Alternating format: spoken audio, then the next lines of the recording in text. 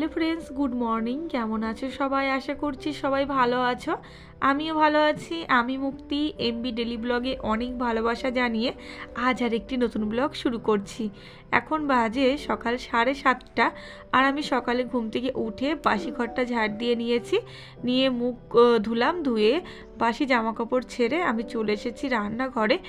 প্রথমে চা করে নিলাম আর ম্যাগি বসিয়ে দিয়েছি। মাম্মাম খেয়ে স্কুলে যাবে।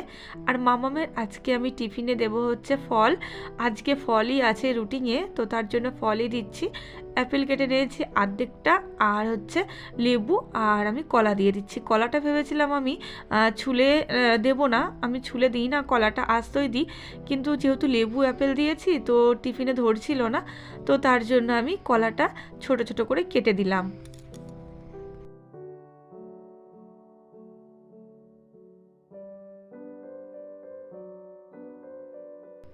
মামামকে এখন আমি ঘুম থেকে তুলবো। আমি মামামের টিফিন ব্যাগ, বইয়ের ব্যাগ, স্কুলে যে সমস্ত জিনিসপত্র থাকে সমস্ত কিছু গুছিয়ে রেখে এসে তারপরে মামামকে তুলছি। নইলে সকালবেলায় ঘুম থেকে উঠলে আগে মামাম আমাকে দেখতে চায়, মানে আমার কোলে উঠতে চায়। যদি আমি কোলে না নিই তাহলে কান্নাকাটি আরম্ভ করে দেয়। ওর পাপা যদি বলে আয়, আমি কোলে নিচ্ছি, তাতে হবে না, ওর আমাকেই দরকার হয়। তো দেখো আমি মামামকে তুললাম, কিন্তু উঠতেই চাইছে না, বলছে আমি আর একটু ঘুমাবো।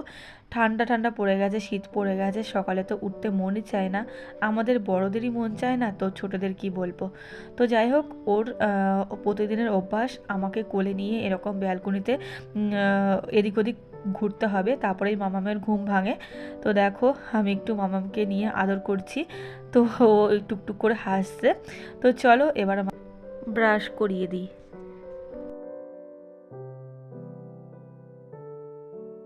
এত বড় মেয়ে হয়েছে আমার, এখনও পর্যন্ত একা একা ব্রাশ করে না। হ্যাঁ করে, সপ্তাহে 2 দিন, শনিবার আর রবিবার স্কুল থাকে না, দেরি করে ঘুম থেকে উঠে নিজে নিজেই ব্রাশ করে, কিন্তু স্নানটা আমাকেই করিয়ে দিতে হয়।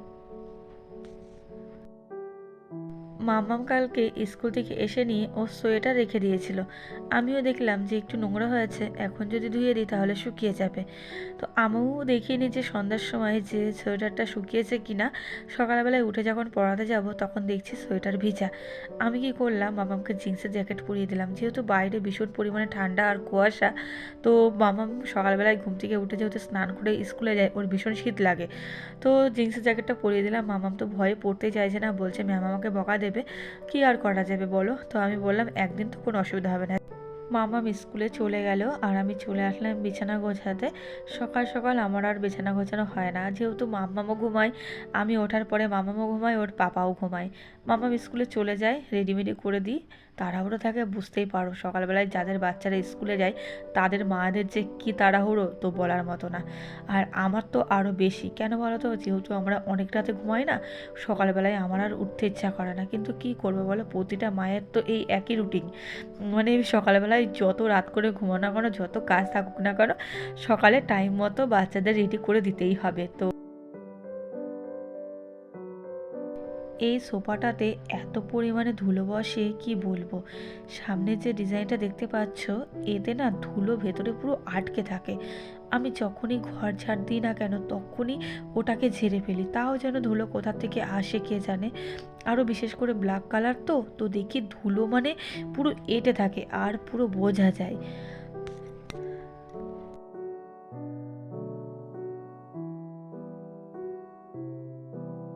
এবার আমি গাছে জল দিতে চলে আসলাম। আর যেহেতু ঠান্ডা পড়ে গেছে, আমার এই সাদা ফুল গাছের পাতাগুলো পুরো ঝরে ঝরে পড়ে যাচ্ছে।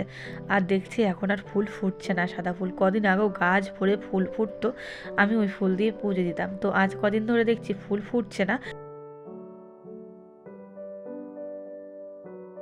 এখন আমরা সকালে খাওয়া দাওয়া করব। বর দোকান থেকে ধোসা এনেছে, মশলা ধোসা। আমাদের এখানে একটা নতুন দোকান হয়েছে, তো ওই দোকান থেকে এনেছে, আর একটাও আছে ওদিকে। আমরা ওখান থেকে বেশিরভাগ খাই, এখান থেকে খাই না। তো আমি বরকে বললাম যে এখানে একটা নতুন দোকান হয়েছে, আজকে ওখান থেকেই নিয়ে এসো। তো বর বলছে তো ভালোই হয়েছে, তো আমিও খেয়ে দেখলাম বেশ ভালো হয়েছে। তো চলো আমরা খেয়ে নিই। লাইটটা জ্বেলে নিলাম, এত পরিমাণে অন্ধকার লাগছে ঘরের মধ্যে, মানে বাইরে তো তোমাদেরকে বললাম কুয়াশা পুরো ঢাকা, রোদ ওঠেনি, তো তার জন্য ঘরের ভেতরে পুরো অন্ধকার লাগছে। তো যাই হোক, খাওয়া দাওয়া আমাদের হয়ে গেছে, এখন থালা বাসন কটা আমি মেজে ধুয়ে নেব।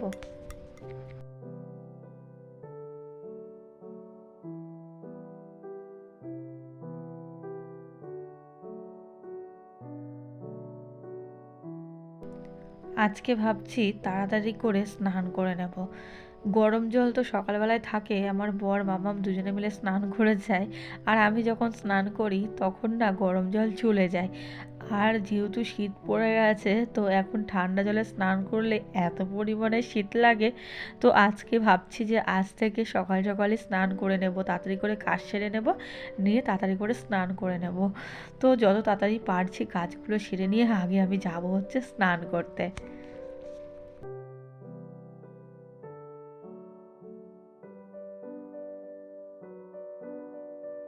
অনেকগুলো জামা কাপড় জড়ো হয়ে গেছিলো, কালকের আজকের সবগুলো একসঙ্গে দিয়ে ভাঁজ করে রেখে দিলাম।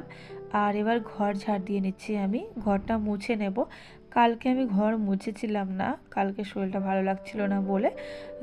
বিশেষ করে কালকে জানি না কেন আমার ঘুম পাচ্ছিল, মানে আলিস্যি লাগছিল, তো তার জন্য আমি কালকে আর ঘরটা মুছেছিলাম না। তো আজকে সকাল সকাল সমস্ত কাজকর্ম তাড়াতাড়ি করে করে ফেলছি। আর দেখো, এখন বাজে হচ্ছে 10:30, আর এখন দেখো হালকা হালকা রোদ উঠেছে, কিন্তু তাও আকাশে পুরো কুয়াশায় ভর্তি হয়ে রয়েছে।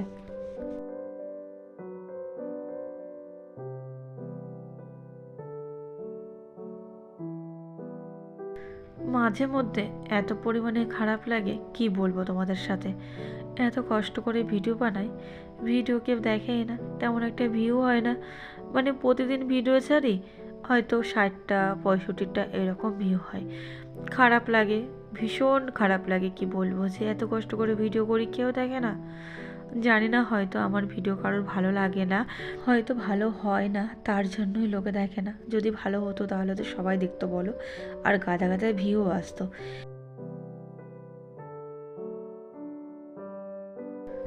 যদিও ভিউ না আসুক তবুও আমি আশা ছাড়িনি। তো আশা এই ভেবেই ভিডিও বানিয়ে যাচ্ছি যে এর একদিন না একদিন ঠিক সফলতা আমি পাবই। তো ধৈর্যের সঙ্গে সঙ্গে আমি এগিয়ে যাচ্ছি, আমি আমার মতো ভিডিও করে যাচ্ছি। তো তাতে কেউ দেখুক বা না দেখুক, তাতে আমার আর কিছু বলার নেই, কারণ একদিন না একদিন এর সফলতা আমি পাবই, এই ভেবেই আমি আশা করে ভিডিও বানিয়ে যাচ্ছি।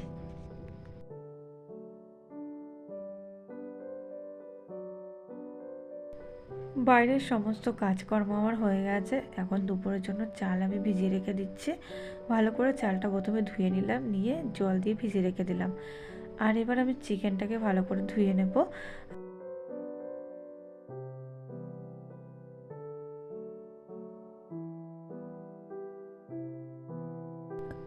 বর দোকানে গেছিল মাছ আনতে, তো মাছওয়ালা বলছে দেশি মুরগি এনেছি নিবা নাকি। তো আমার বর বলছে কই দেখি, তো দেখে একটা বেশ বড় দেশি মুরগি, প্রায় হচ্ছে ওর ওয়েট 1.5 কিলো মতো হবে। তো আমার বর বলছে এত বড়টা নিয়ে আমি কি করব, তো বলছে না আমি যদি বিক্রি করি একটাই করব। তো আমার বর বললো ঠিক আছে তাহলে দিয়ে দাও। তো একটা মুরগি ও কেটে এনেছিল, আনার পরে আমাকে বলছে যে এক কাজ করো, অনেকটাই তো চিকেন হয়েছে, আমি এক কাজ করব, তুমি রান্না করে দিও, আমি হোটেলে নিয়ে যাব, আমরা সবাই মিলে একসঙ্গে রাতে বসে খাওয়া দাওয়া করবো খনি।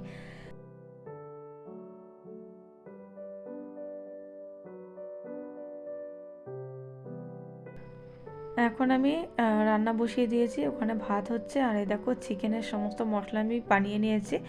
আলুটা ছিল না বলে আমি আলুটা কাটতে পারিনি, আমার বর নিয়ে আসলো। আর এই দেখো ওখানে চিকেনটাকে ভালো করে মশলা দিয়ে মেখে রেখে দিয়েছি, আর এই যে চাল।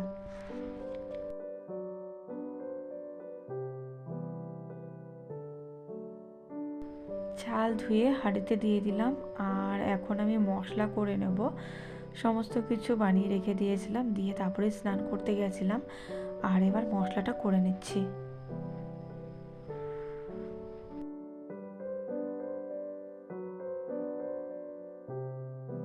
লাউ দিয়ে বড়ির ঘন্ট করব। আগের দিন ননদ বাড়িতে গেছিলাম, দিয়ে ও আবার বাড়ির থেকে বড়ি এনেছিল, আমাকে কটা দিয়ে দিয়েছিল। আমু যখন বাড়ির থেকে এসেছিলাম আমি নিয়ে এসেছিলাম, তো অনেকগুলো এনেছিলাম, খেয়ে ফুরোতে পারিনি বলে, তো দেখছিলাম যে কদিন আগে মানে পোকা ধরে গেছে, দিয়ে আমি আবার ফেলে দিয়েছিলাম। দিয়ে আগের দিন ওদের বাড়ি যেতে গেছিল, ও বলছে যে তুমি অল্প কটা বড়ি নিয়ে যাও, তো আমাকে জোর জবরদস্তি বড়ি কটা দিয়ে দিল আর কি। তো ওদিকে আমার লাইয়ের ঘন্ট হয়ে গেছে, এখন আমি চিকেন করব, তার জন্য আলুগুলো ভেজে নিচ্ছি।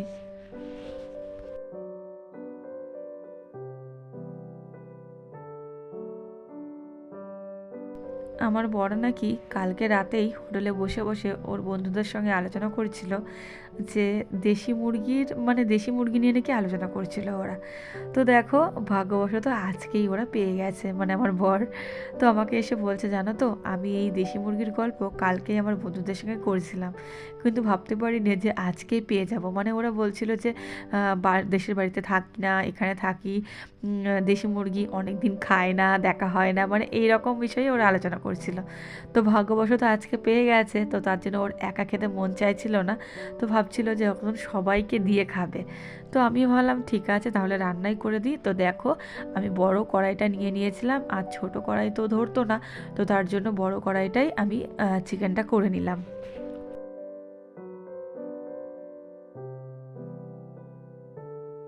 রান্না বান্না সমস্ত কিছু কমপ্লিট হয়ে গেছে, আর এখন আমি গ্যাস মুছে নিচ্ছি। দেখো, গ্যাসের ওপরে না ওই ফ্যানের পড়ে পড়ে কিরম একটা মানে পুড়ে পুড়ে গেছে।